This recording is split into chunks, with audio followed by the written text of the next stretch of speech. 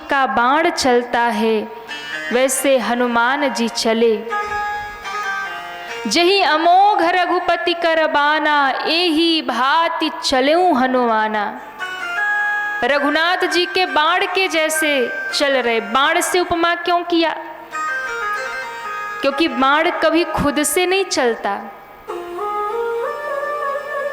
बाण धनुष के द्वारा चलता है और धनुषधारी के द्वारा चलाया जाता है।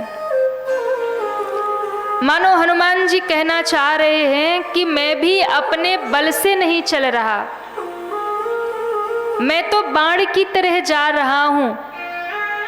और हनुमान जी मानो कहना चाहते हैं कि मैं चलता हुआ तो दिखाई दे रहा पर चल नहीं रहा हूं, मैं तो बाण हूं, चलाने वाले धनुर्धारी राम हैं। मुझे चलाने वाले धनुर्धारी राम है, वो चला रहे और मैं चल रहा हूं। और वास्तव में एक भक्त का जीवन ऐसा ही होता है। वो चलता हुआ तो दिखाई पड़ता है पर उसे चलाने वाले राम होते हैं।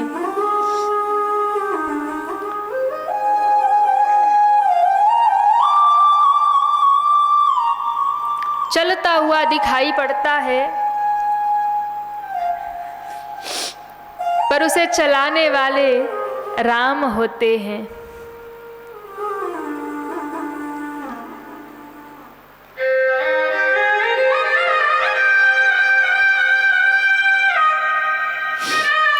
इसलिए तो भक्त कहता है कि जहां ले चलोगे वही मैं चलूंगा, जहां नाथ रख दोगे, जहां नाथ रख दोगे वही मैं रहूंगा। अरे जहां ले चलोगे वही मैं चलूंगा, जहाँ ले चलोगे वहीं मैं चलूँगा, जहां ले चलोगे वही मैं चलूंगा, जहाँ ले चलोगे वहीं मैं चलूँगा। हरि बोल।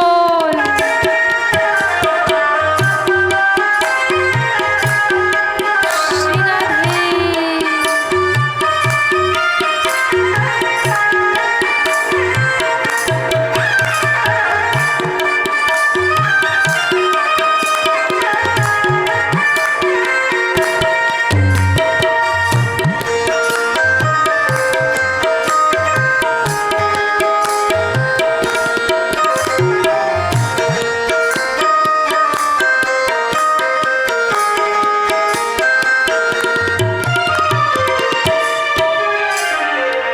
ये जीवन समर्पित चरण में तुम्हारे, जीवन समर्पित हरि बोल। चरण में तुम्हारे, तो जीवन समर्पित चरण में तुम्हारे, ये जीवन समर्पित चरण में तुम्हारे, तुम ही प्राण प्रियतम, तुम ही प्राण प्यारे, तुम ही प्राण प्रियतम तुम ही प्राण प्यारे, जहाँ नाथ रख दोगे, जहाँ नाथ रख दोगे, जहाँ नाथ रख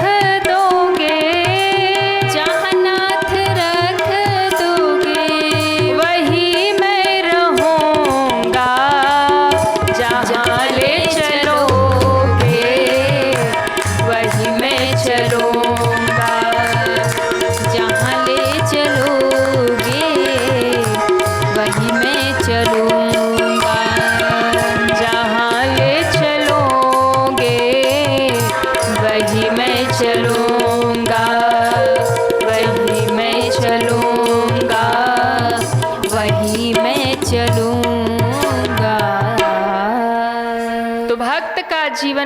होता है, जहाँ ले चलोगे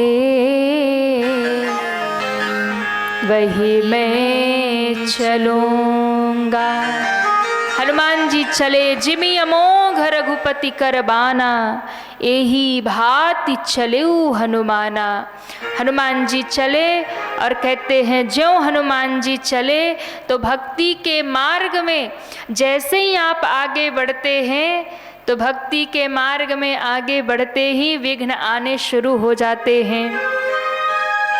आप दुनियादारी करने चलो ना, कोई विघ्न नहीं आएगा, दुनियादारी करने में कोई विघ्न नहीं। लेकिन आप यदि कुछ अच्छा करने चलेंगे, आप भक्ति के मार्ग में चलेंगे, आप अच्छाई के मार्ग में, सच्चाई के मार्ग में जब आप आगे बढ़ेंगे तो बाधा ही बाधा आएगी। जैसे ही हनुमान जी आगे बढ़े उसी समय मैनाक पर्वत सामने आ गया, सोने का पहाड़, सोने का पहाड़। और कहते जब सोने का पहाड़ सामने आकर कहने लगा कि आइए, ये पूरा फ्री है आपके लिए, खूब जहाँ मन करे वहाँ रहिए, विश्राम करिए, आनंद करिए। हनुमान जी को लगा विश्राम, मैं राम कार्य में निकला हूँ और विश्राम, ये सोना, ये सोने का पहाड़, ये सोना मुझे विश्राम देने की बात कर रहा। सोना, अरे सोना तो न जाने कितनों का सोना हराम करके रखा है महाराज। सोना सोना हराम कर देता है, सोना नींद हराम कर देता है, और यहाँ सोना विश्राम देने की बात कर रहा। हनुमान जी को लगा ये राम कार्य में पहली बाधा है। भक्ति के मार्ग में आगे बढ़िए तो सबसे पहले लोभ सामने आता है। लोभ, प्रलोभन, दुनिया का प्रलोभन सामने आता है। सोना कभी किसी को विश्राम नहीं दे सकता।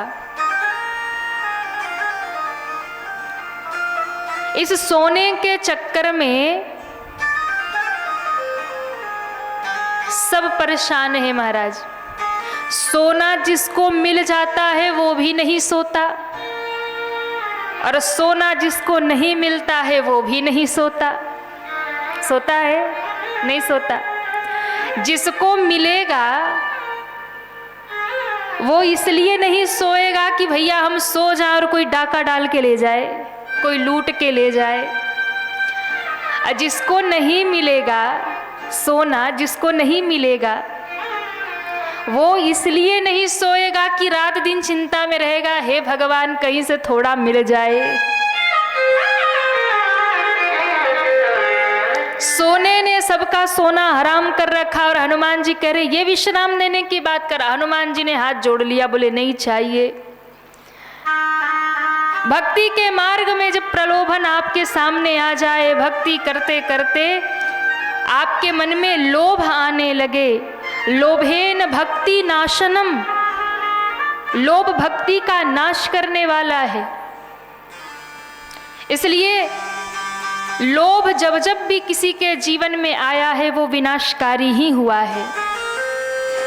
प्रताप भानु का विनाश उसके प्रलोभन के कारण ही हो गया, लोभ के कारण ही हो गया। लोभ उसे खा गया।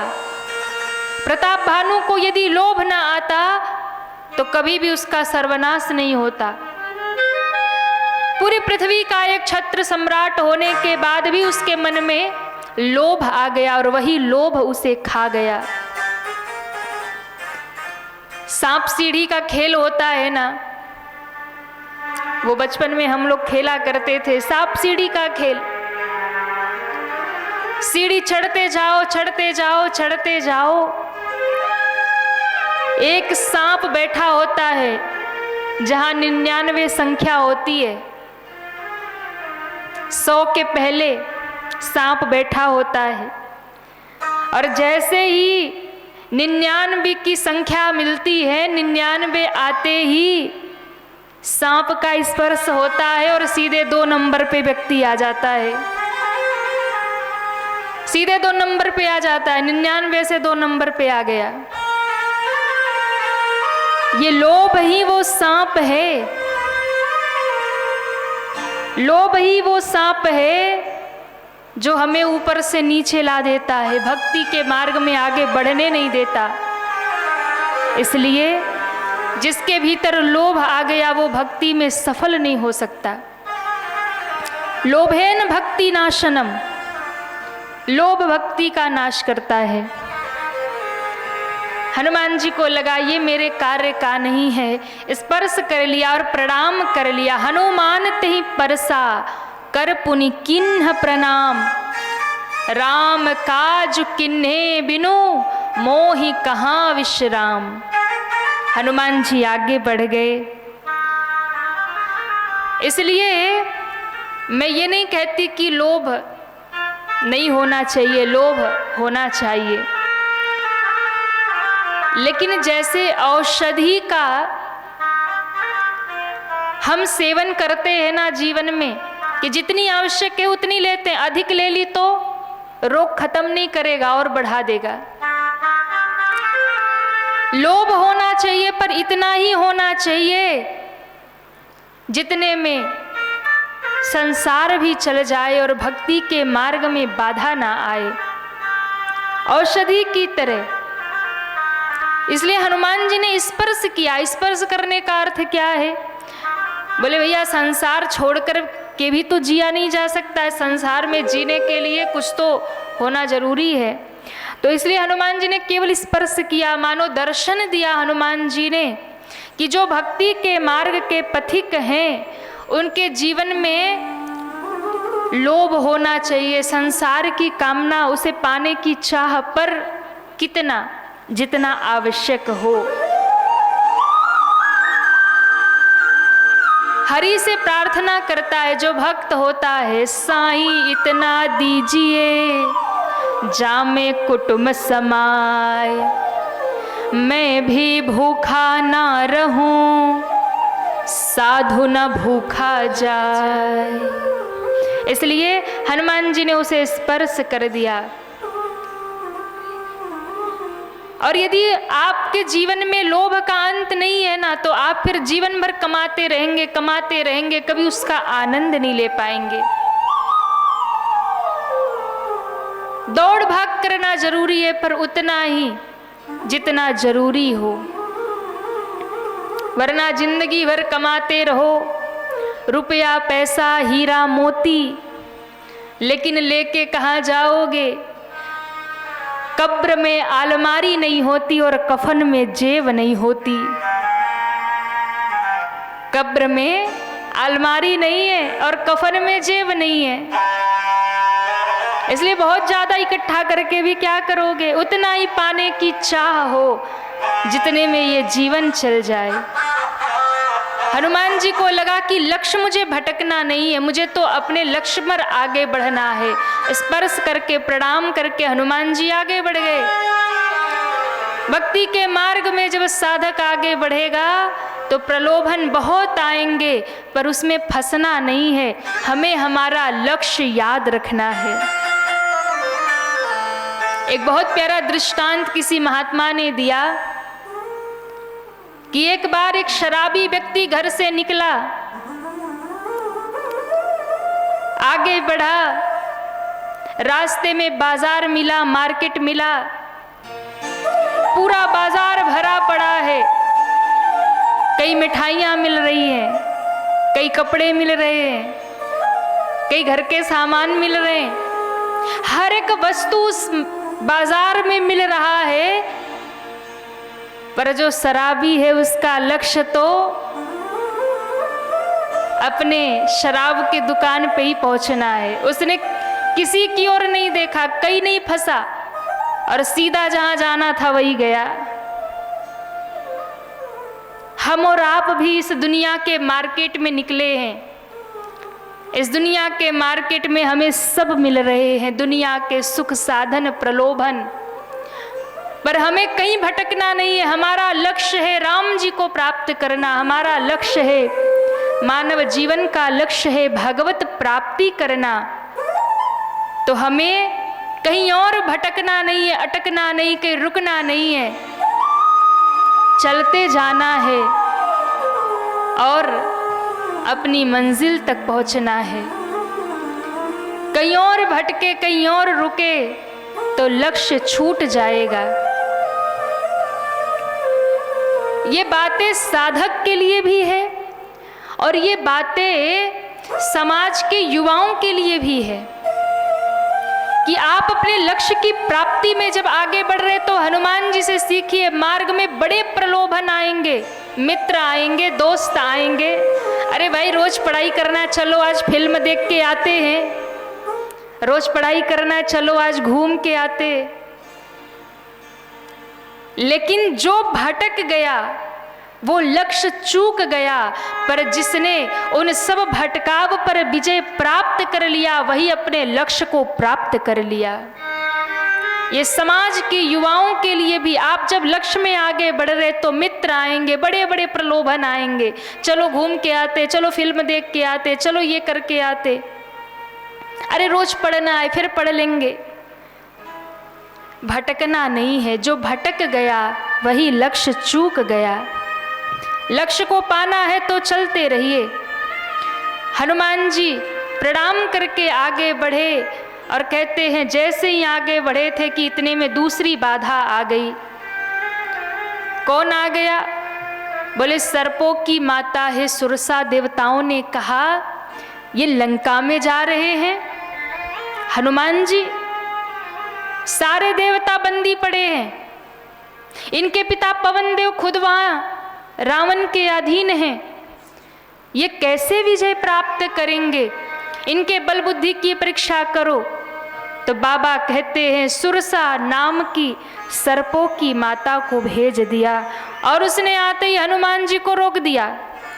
आज सुरन मोहि दिन आहारा, मोहि दिन आहारा, आज सुरन मोहि दिन आहारा, आज सुरन मोहि दिन आहारा। सुनत बचन कह पवन कुमारा, सुनत बचन कह पवन कुमारा। राम काज करि फिर मैं आवऊं, राम काज करि फिर मैं आवऊं। सीता कई सुधि प्रभु ही सुनावऊं, सीता कई सुधि प्रभु ही सुनावऊं। तब तब बादन बैठी हूँ आई,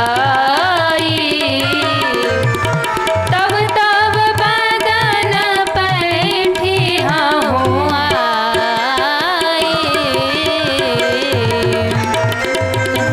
मोहि जान दे माई, सत्य कहूँ मोहि जान दे माई।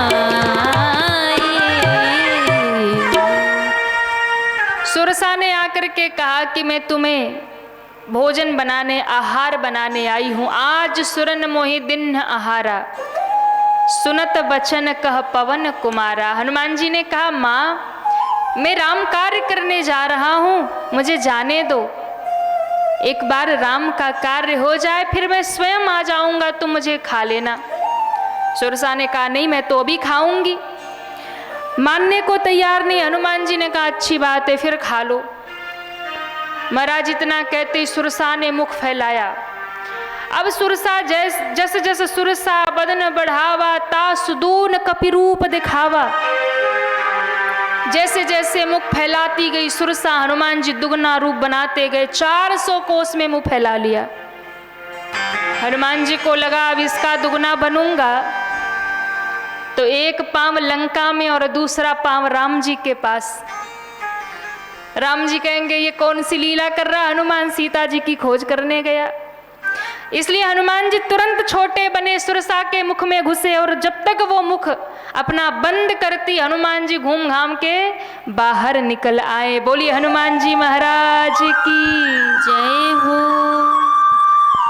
बाहर निकल आए हनुमान जी।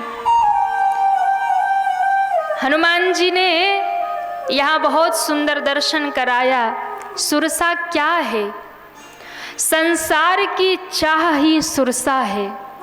जैसे सुरसा मुख बढ़ाती जा रही है, बढ़ाती जा रही, वैसे संसार में चाह बढ़ती ही जाती है, बढ़ती ही जाती है महाराज। ये चाह कभी कम नहीं होती।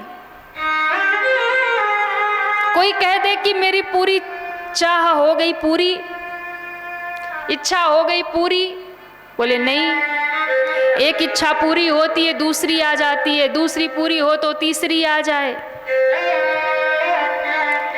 ये दुनिया अजब खिलौना है, ये दुनिया अजब खिलौना है, मिल जाए तो मिट्टी है और ना मिले तो सोना है। ये दुनिया अजब खिलौना है, मिल जाए तो मिट्टी है, ना मिले तो सोना है। और इसी चाह के पीछे लोग भाग रहे हैं, तो चाह जितना ही बढ़ाएंगे उतनी ही बढ़ती जाएगी।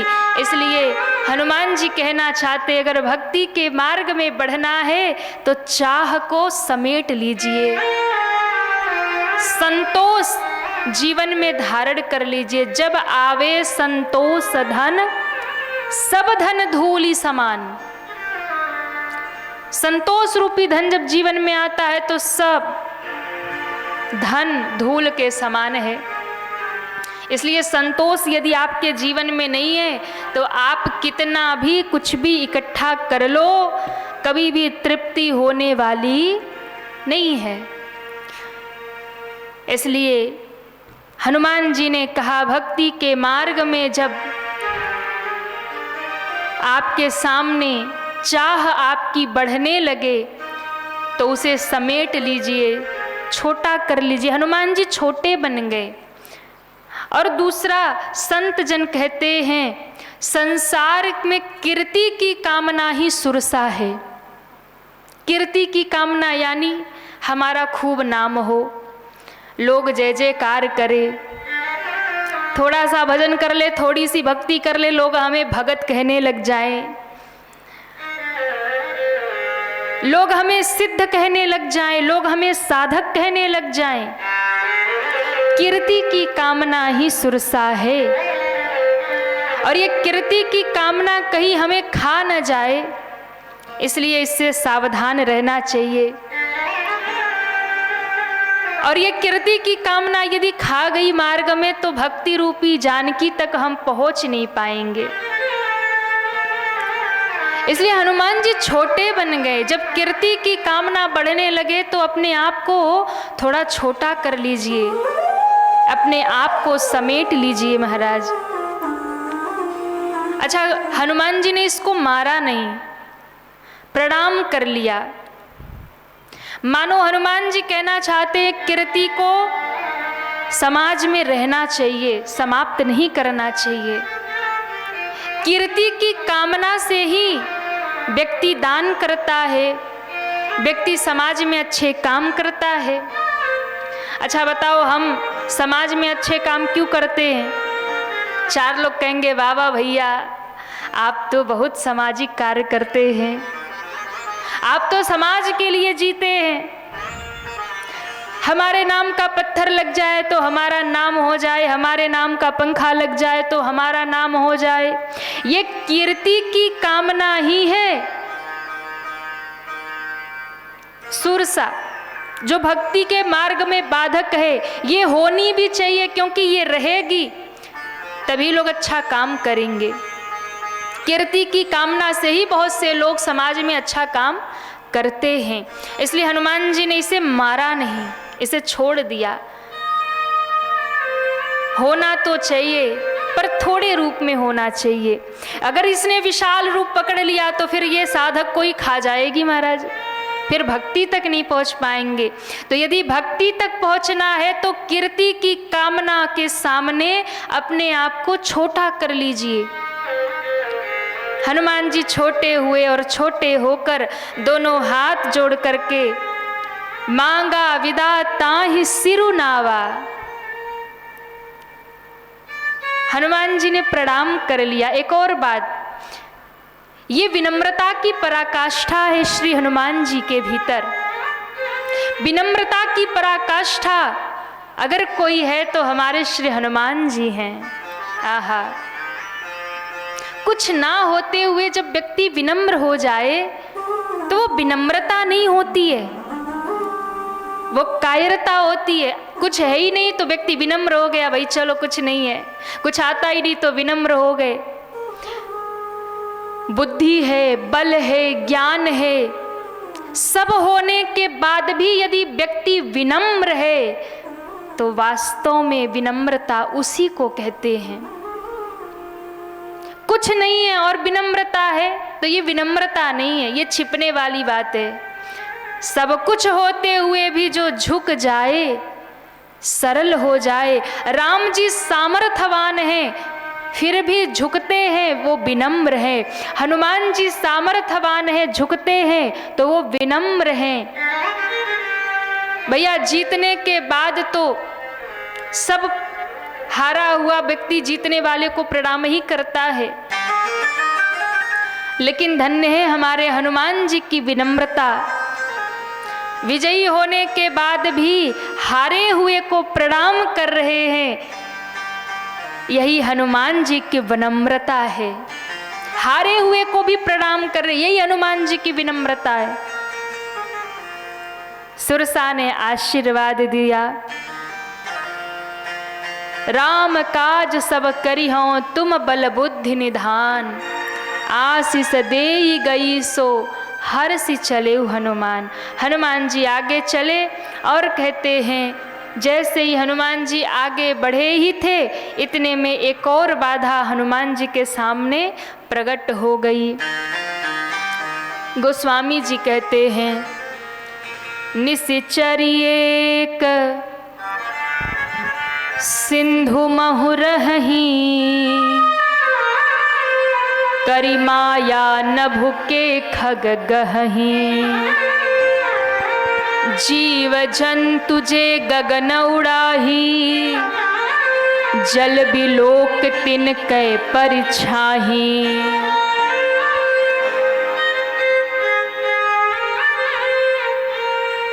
एक और राक्षसी आ गई, गोस्वामी जी ने इसका नाम नहीं लिखा।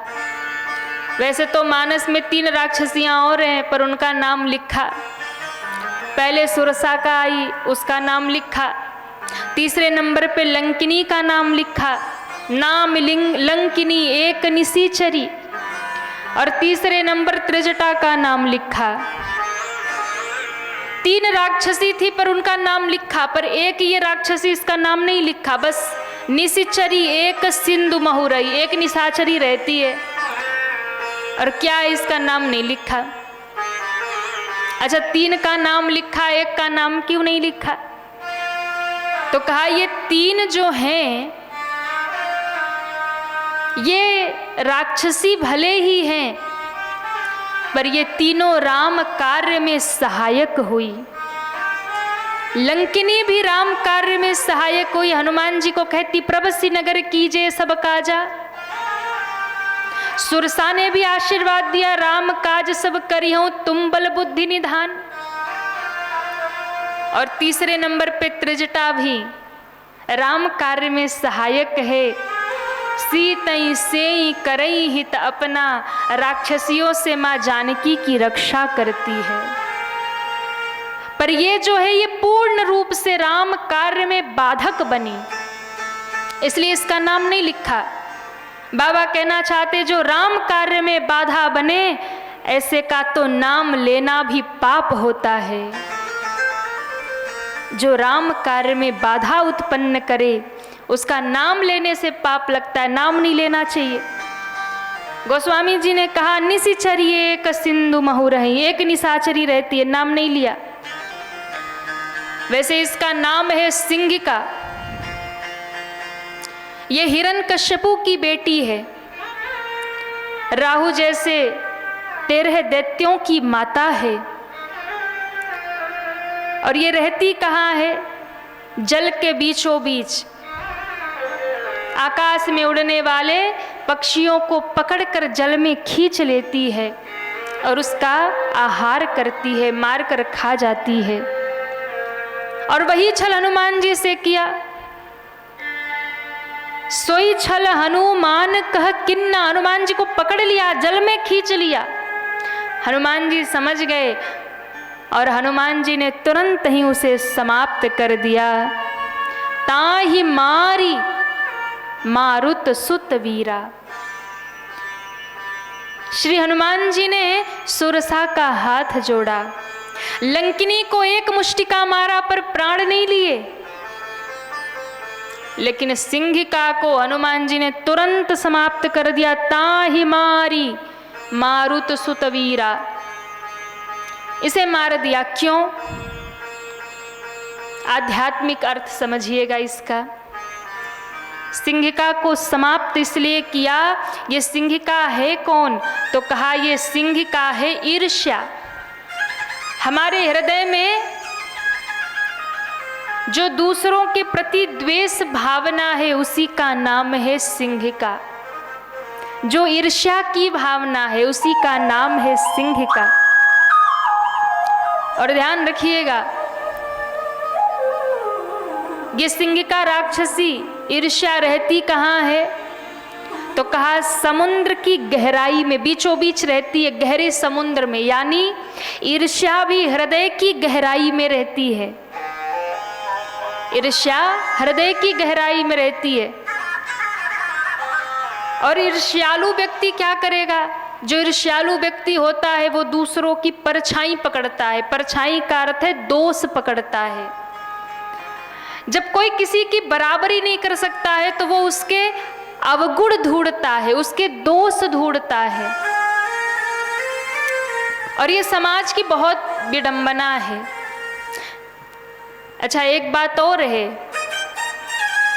ये ईर्ष्या जो है ना, नीचे रहने वालों से नहीं होती। सिंहिका के नीचे बहुत से जीव जंतु रहते पर उसको नहीं खाती। अगल बगल भी बहुत समुद्री जीव रहते, उसको नहीं खाती। इसको समस्या उसी से जो आकाश में उड़ते उसको ही खाती है। यानी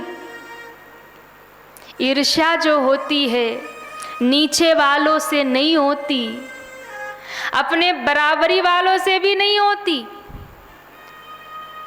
ईर्ष्या तो जो हमसे ऊपर जाने लगते हैं, हमसे ऊंचाई पर जो जाने लगते हैं, उनसे ही हमें ईर्ष्या होती है। और जब ईर्ष्या होती है, कोई जब हमसे ऊपर जाने लगता है तो हम उसके दोष देखते हैं, उसके अवगुण देखते हैं, उसकी बुराई करते हैं। जब बराबरी नहीं कर पाते हैं तो बुराई शुरू कर देते हैं। इसलिए बहुत सावधान रहने की आवश्यकता है।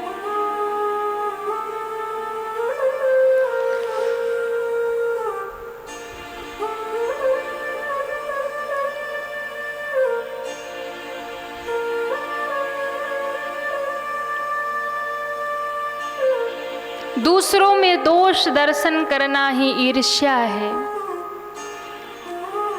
और संसार का यही नियम है कि वो दूसरों का ही दोष देखती है। महाराज, दोष दर्शन करने की जिसकी प्रवृत्ति हो, समझ लीजिए उसी के हृदय में सिंहिका विराजमान है, ईर्ष्या विराजमान है। एक बुजुर्ग व्यक्ति ने एक बार एक दीवार पर एक सफेद कागज लगा दिया, एक पेपर, बिल्कुल वाइट पेपर लगा दिया, और उसको लगा करके उसमें मार्कर से एक ब्लैक डॉट कर दिया, एक काला निशान लगा दिया, और एक पोस्टर लगा दिया कि आप लोगों को यहाँ क्या दिखाई दे रहा। लोगों से पूछा क्या दिखाई दे रहा।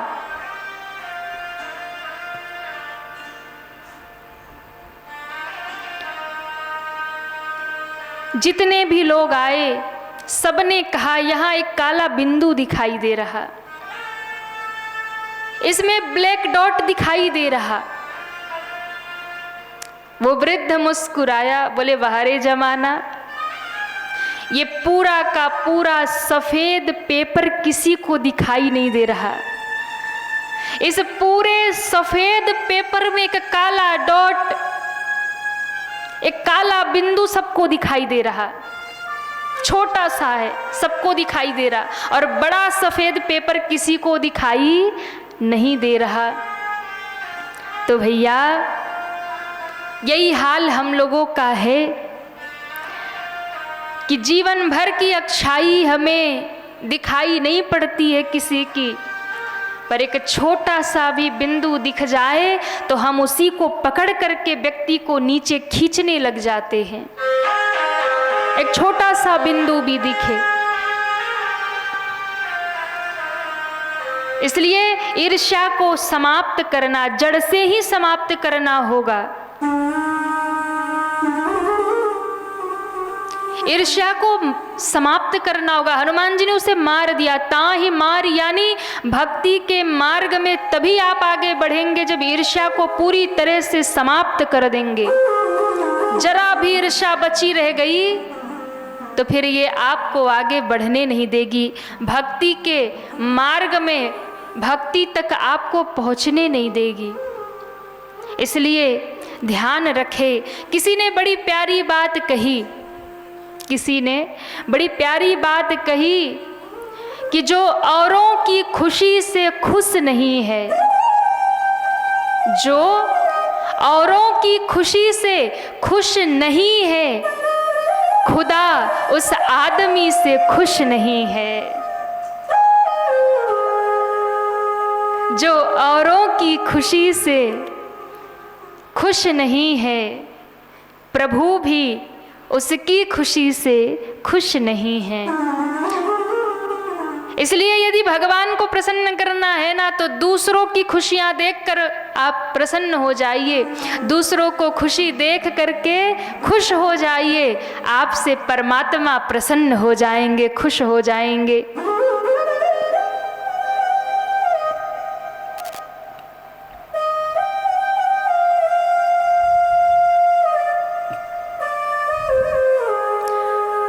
श्री हनुमान जी ने ईर्ष्या को समाप्त किया। ताहि मारि मारुत सुत बीरा, वारिधि पार गयऊ मति धीरा। बाबा के शब्दों पर ध्यान दीजिएगा। मति धीरा हनुमान जी को कहा। मति धीरा कौन है? तो कहा जो विघ्न आने पर भी जिसका धीरज ना डगमगाए, जो विचलित ना हो, वही मति धीरा है। उसे ही मति धीरा कहा गया जो बड़े से बड़े संकट में धैर्यवान रहता है, डिगता नहीं है, जिसका धीरज हिलता नहीं, वही धैर्यवान है, वही मति धीरा है। बड़े से बड़े समस्या में, बड़े से बड़े संकट में हनुमान जी का धीरज नहीं खोता, बड़े धैर्यवान हैं, मति धीरा।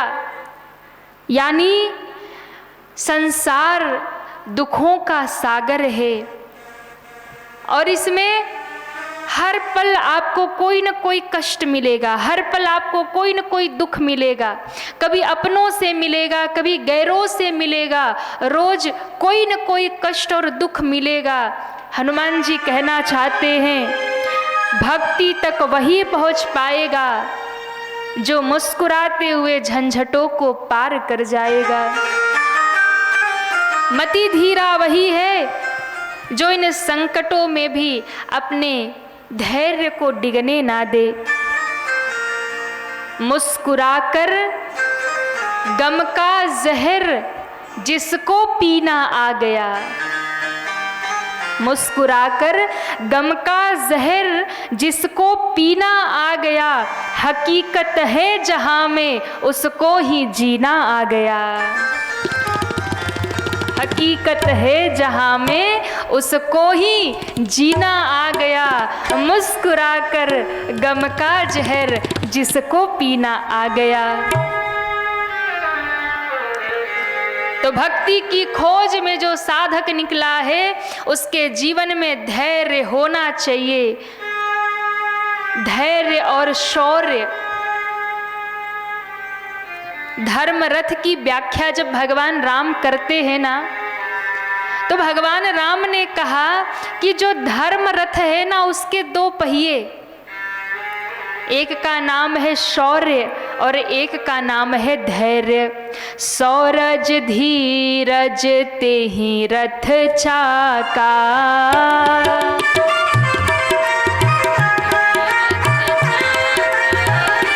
सौरज धीरज तेहि रथ चाका,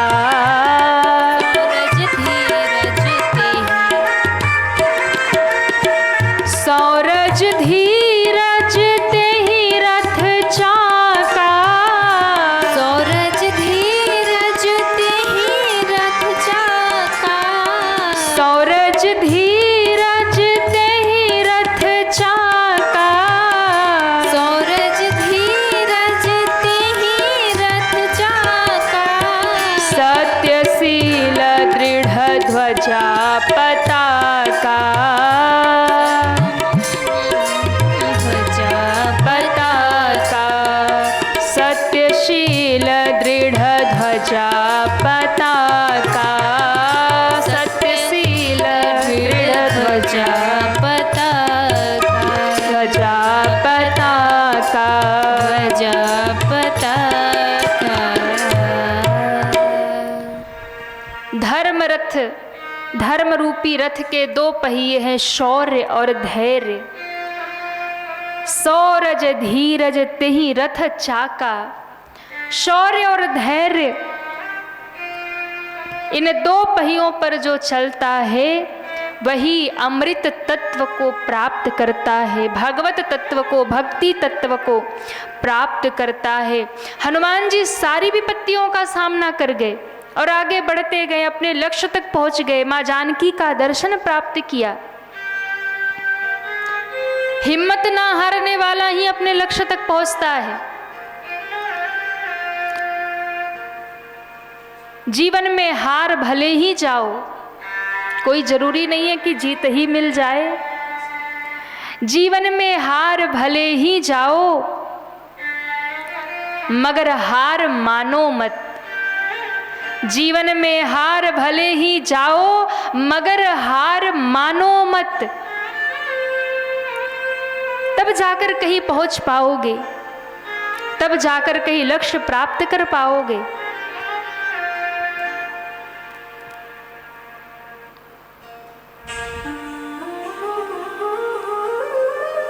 कहीं पर एक यात्रा में जा रहे थे, एक ट्रक के पीछे बहुत बढ़िया बात लिखी थी। अच्छा, आप लोगों ने भी देखा होगा, सबने देखा है ना, कई बार ट्रकों के पीछे बहुत बढ़िया बढ़िया ज्ञान लिखा होता है, सार तत्व जीवन का कहाँ लिखा होता है, ट्रक के पीछे। और वो पीछे जिसकी गाड़ी होती वो पढ़ता है, जो आगे ट्रक चला रहा होता वो कभी नहीं पढ़ता। कितने लोगों ने देखा है ट्रकों के पीछे वाला ज्ञान? देखा है? देखा है कभी? नहीं देखा? अच्छा, देखा है। ट्रक के पीछे बहुत ज्ञान लिखा होता है। रुको मत, चलते जाओ, एक दिन पहुंच जाओगे। सोच कर देखो साथ क्या जाएगा। एक ट्रक में लिखा था, सोच कर देखो साथ क्या जाएगा, यही का यही सब धरा रह जाएगा। तो एक जगह किसी ट्रक के पीछे बहुत सुंदर बात लिखी थी। क्या लिखा था?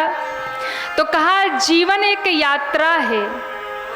अच्छा, हंसने की बात नहीं है, बात तो बड़ी गहरी लिखी थी। वो अलग बात है, चलाने वाला कभी नहीं पढ़ता, लेकिन पीछे वाले तो पढ़ते ही है, देखते ही रहते। क्या लिखा था? बोले, जीवन एक यात्रा है, उतार चढ़ाव आते रहते हैं। जीवन एक यात्रा है, उतार चढ़ाव आते रहते हैं, बस गियर बदलते रहो और मस्ती में चलते रहो। बस गियर बदलते रहो और मस्ती में चलते रहो।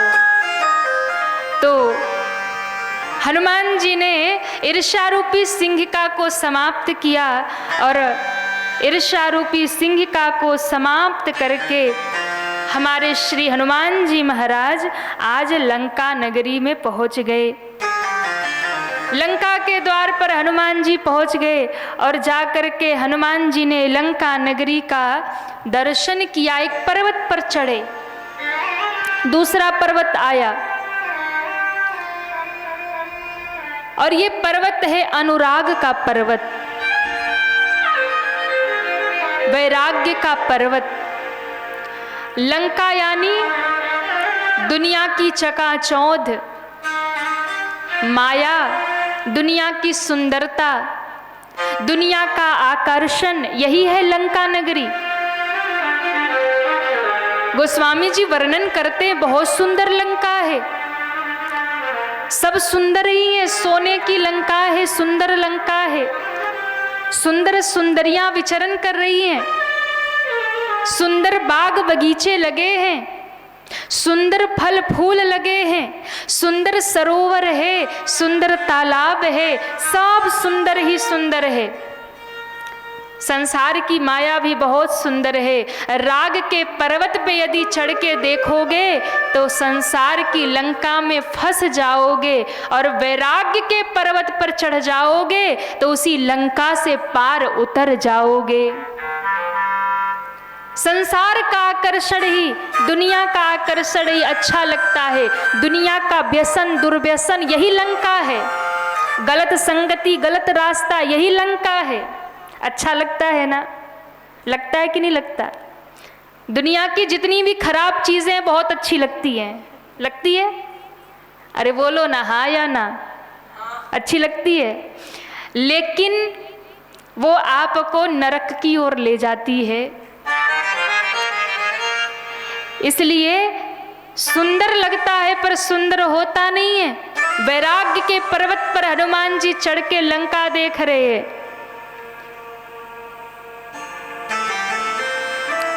और इस लंका रूपी संसार से वही पार उतरेगा जो वैराग्य के पर्वत पर चढ़कर, प्रभु के अनुराग के पर्वत पर चढ़ करके इस संसार का, संसार रूपी लंका का अवलोकन करेगा, दर्शन करेगा। कबीरदास का बहुत प्यारा दोहा है, चलो चलो सब कोई कहे, चलो चलो सब कोई कहे, पहुँचे विरला कोई, एक कंचन एक कामिनी, दुर्लभ घाटी दोए। संसार कंचन कामिनी, और हनुमान जी ने इन सबको जीता। कंचन, कीर्ति और कामिनी, इन तीनों को जीता। हनुमान जी को कीर्ति भी मिली, कंचन यानी सोना भी मिला, सोने का पहाड़, सोने की लंका। और कामनाएं तो बहुत आई सामने, कंदमूल फल आ गए, वन बाग आ गए, सुंदर सुंदरियां आ गई, पर हनुमान जी किसी में नहीं फंसे। तो भक्ति के मार्ग में वही आगे बढ़ेगा और भक्ति के लक्ष्य को वही प्राप्त करेगा। भक्ति स्वरूपा जानकी का दर्शन वही करेगा जो कंचन, कीर्ति और कामनी को जीत लेगा। बाबा कहते हैं, कनक कोट विचित्र मणिकृत, सुंदरा इतना घना, कनक कोट विचित्र मणिकृत, सुंदरा इतना घना, चौहट हट सुभट विधि, चारुपुर बहुविधि बना, चौहट हट सुभट विधि, चारुपुर बहुविधि बना, कनक कोट विचित्र मणिकृत, सुंदरा इतना घना, सुंदरा इतना घना, सुंदरा इतना घना। अब हनुमान जी लंका का दर्शन कर रहे हैं। आज की चर्चा यही विश्राम करेंगे। आगे जैसी हनुमान जी की कृपा रही वैसी चर्चा करने का हम सभी प्रयास करेंगे। सभी आइए भाव से श्री हनुमान जी के चरणों का ध्यान करें। कथा विसर्जन आज की, सुनहु बीर हनुमान। राम लखन सीता सहित, सबका करहूँ